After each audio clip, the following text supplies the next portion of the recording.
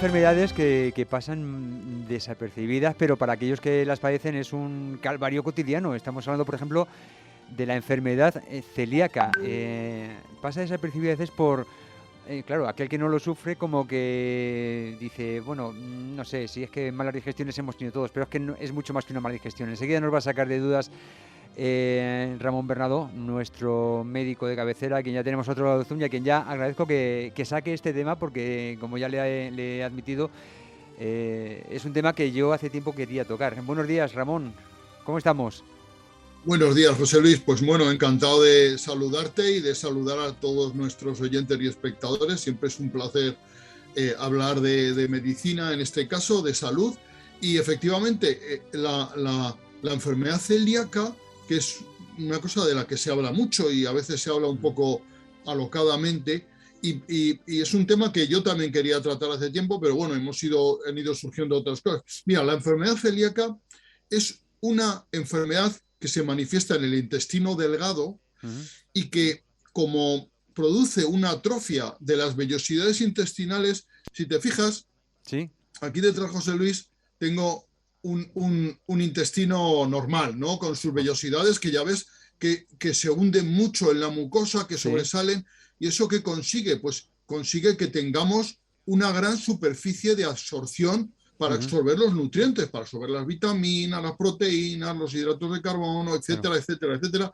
Pues todo lo absorbemos en esta mucosa, uy, que me lío, en esta mucosa intestinal. En la de Y los trocitos largos, por así decirlo, claro, son más largos, hay esta de aquí, más, más que superficie me de absorción, claro. claro. ¿Y qué pasa que cuando hay una enfermedad celíaca? Pues la enfermedad celíaca produce una atrofia de la mucosa y la mucosa queda como ves aquí atrás, Más ¿vale? plana. Uh-huh.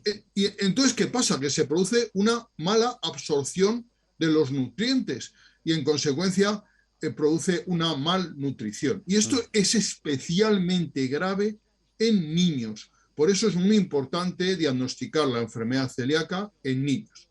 ¿Y por qué se produce la enfermedad celíaca? Porque todo el mundo hemos oído hablar del gluten, ¿verdad?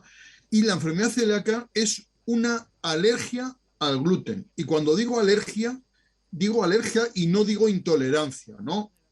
La diferencia entre una intolerancia y una alergia es que una intolerancia, nosotros para absorber determinados alimentos necesitamos enzimas intestinales y cuando estas enzimas están por debajo de sus niveles normales, se produce una mala absorción de determinados nutrientes. Pasa con la intolerancia a la lactosa.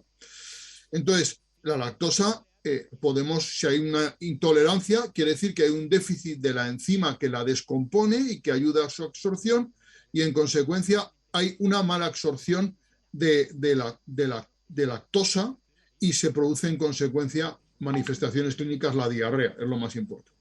Uh-huh. Pero eso es por déficit de una enzima. En el caso de la enfermedad celíaca, no es un déficit de una enzima, es una alergia a una proteína que contienen determinados cereales, Uh-huh. como el trigo, la cebada y el centeno. El trigo, la cebada y el centeno, no el arroz, no el maíz, ¿verdad? Uh-huh. El trigo, la cebada y el centeno, exclusivamente. Nosotros comemos poca cebada y poco centeno, es muy raro que tomemos pan de centeno y de cebada, tomamos pan de trigo normalmente. Uh-huh. Entonces, el celíaco, cuando toma pan de trigo, su mucosa intestinal reacciona por un mecanismo alérgico, un mecanismo de mediación de inmunoglobulinas, y esa mucosa se atrofia, como vemos aquí detrás. Y Uh-huh. eso produce una mala absorción de alimentos. Y es por la alergia, insisto, al gluten. El gluten es una proteína que está en los cereales, concretamente dentro del gluten, que sería la proteína, la gliadina, que es exactamente a lo que se tiene alergia, Uh-huh. ¿vale? Las Claro. personas que no tienen alergia al gluten no tienen ningún problema y pueden tomar trigo sin ningún problema. Uh-huh. El problema es los que tienen alergia. Y la alergia es por pequeñas cantidades. A uno le da alergia mucha cantidad, pero también pequeñísimas cantidades. Por eso, las dietas del paciente con enfermedad celíaca deben de estar absolutamente exentas de gluten. O sea, el enfermo celíaco no puede comer nada con trigo, nada, ¿vale? Y esto incluye a veces en precocinados, muchos, bueno, los rebozados Los todos rebozados, llevan claro. harina, claro, pero a veces en elementos elaborados también se agrega harina de trigo Sí, como a y lo mejor como eso tampoco lo pueden espesante, comer. sin ir más lejos, o para... sí, sí, la harina de trigo se usa muchísimo en cocina, no solo para hacer pan, y por eso supongo que los celíacos tienen que estar muy, muy atentos. Una pregunta, Ramón, me surge. ¿Esta alergia al gluten surge a raíz de esta distrofia de la mucosa del intestino delgado? ¿O No, no, puede estar la mucosa bien, pero aparecer esta alergia? claro, la mucosa que se atrofie es la consecuencia Ah, de la vale, enfermedad celíaca. vale, Es la vale. consecuencia, no la causa. Ah, o sea, La causa primero del... aparece la alergia y esa alergia hace que se atrofie la Exacto, mucosa y es exacto. cuando el problema ya se hace real. Mira, muchas veces la enfermedad celíaca, podemos decir que no sabemos la causa exacta de por qué aparece la enfermedad celíaca.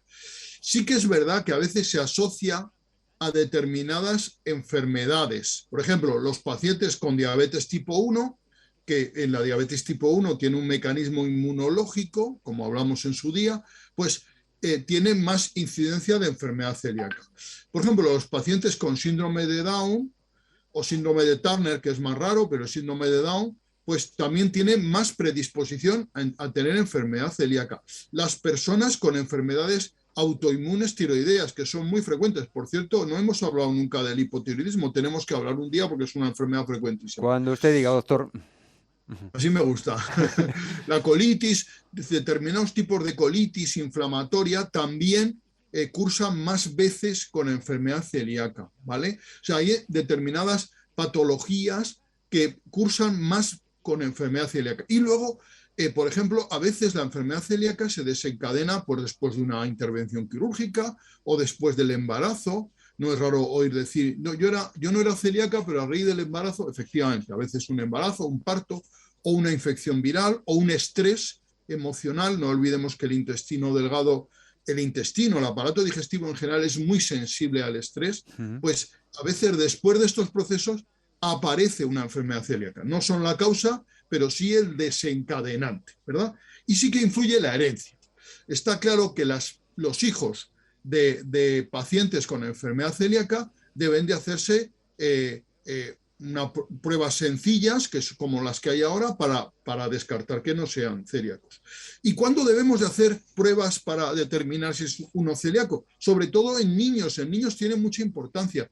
Estos niños que no ganan bien de peso, que van un poco retrasados en el crecimiento, que sospechamos que les hacemos un análisis si tienen deficiencia de hierro, deficiencia de alguna vitamina, pues a estos pacientes, a estos niños, hay que hacerles una prueba sencilla que es determinación de anticuerpos antigliadina, antitransglutaminasa tisular, que se determinan en sangre, son pruebas sencillas para determinar si es alérgico al gluten, si tiene enfermedad celíaca, porque si eliminamos el trigo de su dieta, posiblemente este niño recobre peso y vuelva a estar en condiciones normales, ¿no? Entonces, de ahí la importancia de su detección precoz en niños, aunque es verdad que ahora la enfermedad celíaca se detecta a cualquier edad. Yo he tenido pacientes de 70 años que les he detectado enfermedad celíaca, fíjate tú, y claro, me plantea la duda si toda la vida han sido celíacos o son celíacos desde hace algún tiempo. A veces estas cosas, pues hasta que no se diagnostican, no existen, ¿verdad? Uno no sabe, en consecuencia. Y entonces, ¿cómo se manifiesta? ¿Qué síntomas da la enfermedad celíaca? Lo hemos dicho ya, produce malabsorción, pero hay síntomas que aparecen de manera más intensa. Puede aparecer diarrea, cansancio, pérdida de peso, dolor abdominal, náuseas, vómitos y a veces lo contrario, a veces estreñimiento. O sea que ante pacientes que tengamos que no ganan peso, sobre todo si son niños, o que pierden incluso peso, que tienen diarrea o que han cambiado el ritmo intestinal, está bien descartar una enfermedad celíaca. A veces se pueden producir trastornos por déficit de vitaminas o de minerales. Por ejemplo, se puede producir anemia por falta de hierro o osteoporosis por falta de vitamina D o mala absorción de calcio. etcétera. O sea, puede haber diversos síntomas debidos al déficit de vitaminas, de minerales o de nutrientes que sean manifestación clínica de la enfermedad celíaca. Insisto, muy importante su diagnóstico en niños, lógicamente, ¿no? En niños, además, a veces se manifiesta de manera más espectacular, con náuseas, vómitos, con diarrea crónica, con heces pálidas, con mal olor a veces, ¿verdad?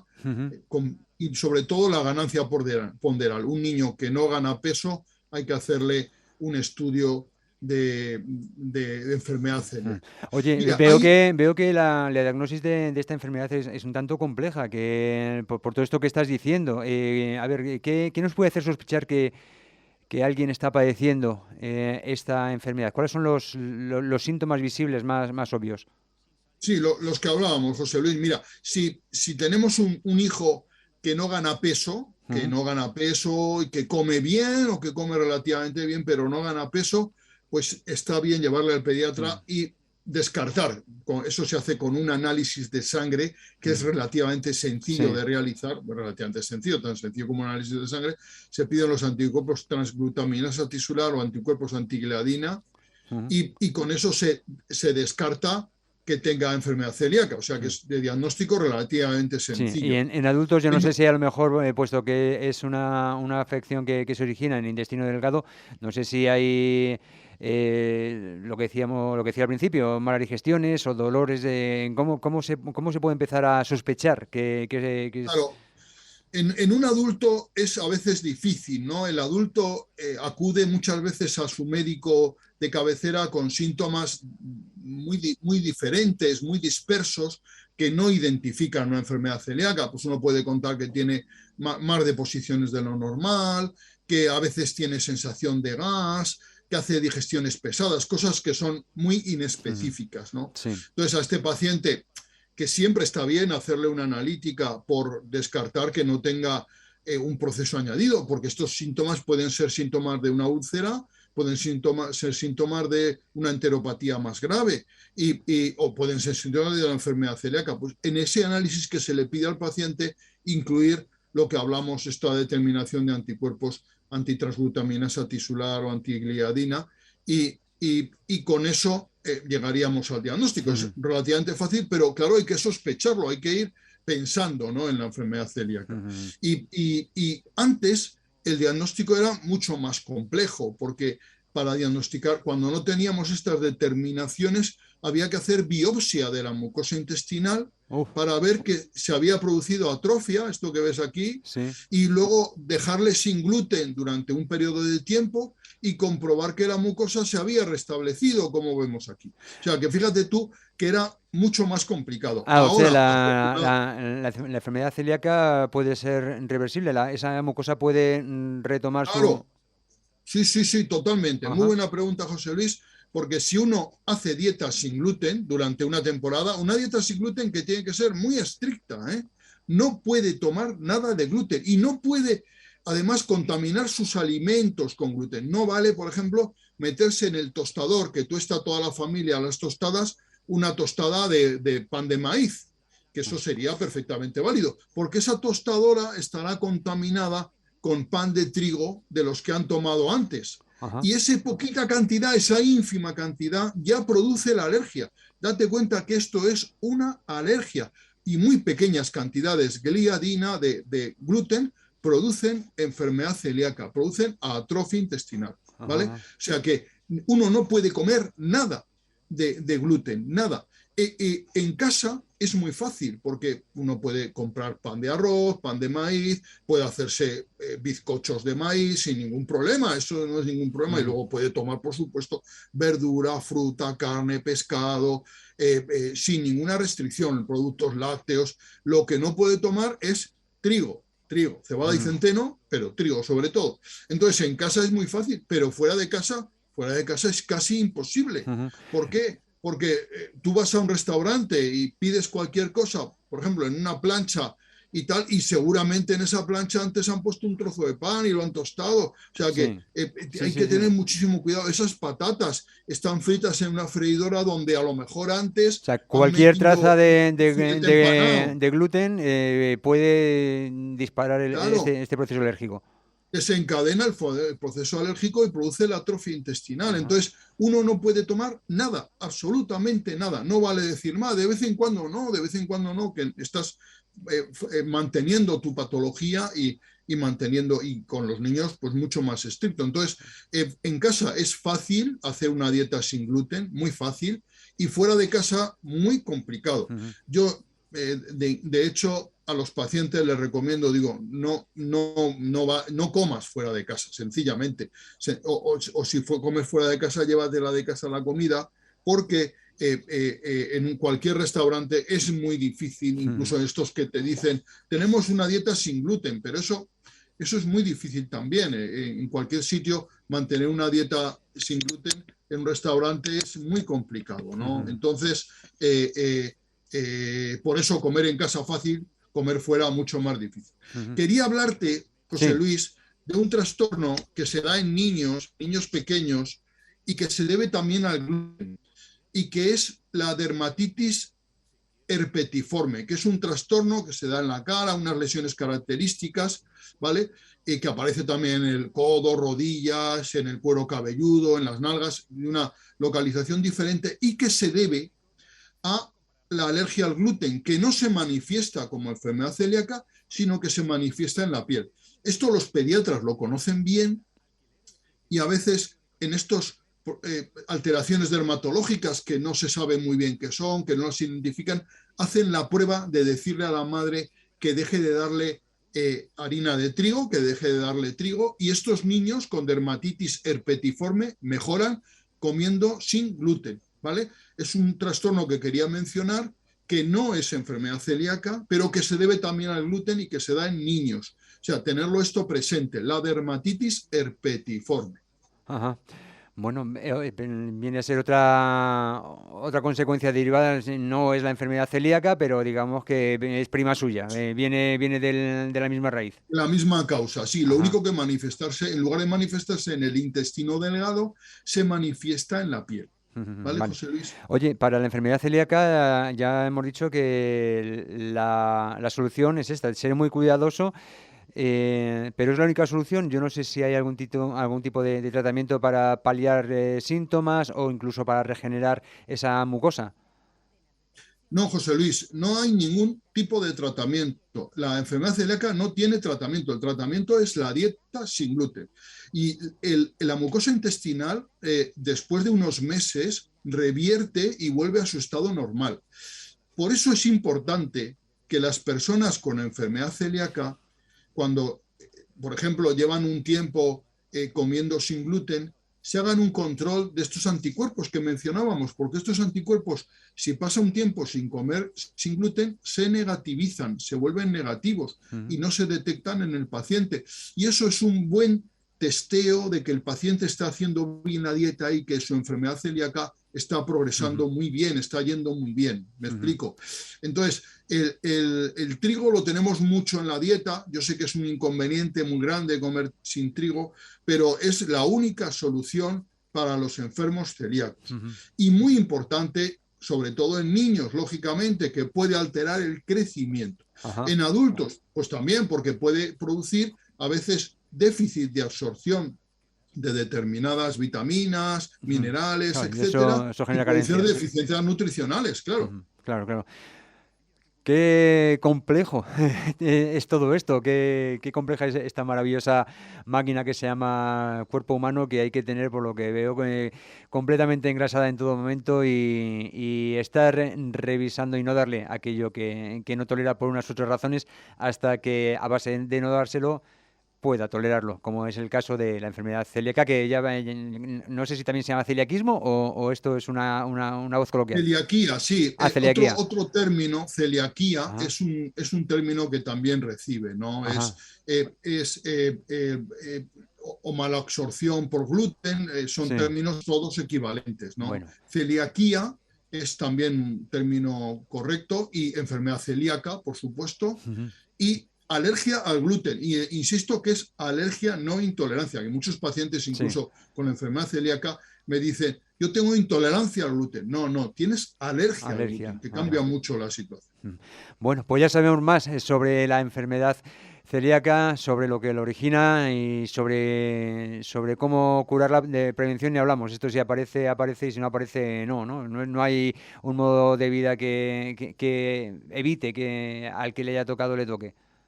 No podemos hacer nada, no podemos únicamente intentar diagnosticarlo lo más pronto posible, estar siempre atentos a la posibilidad e intentar diagnosticarlo pronto, pero no existe ninguna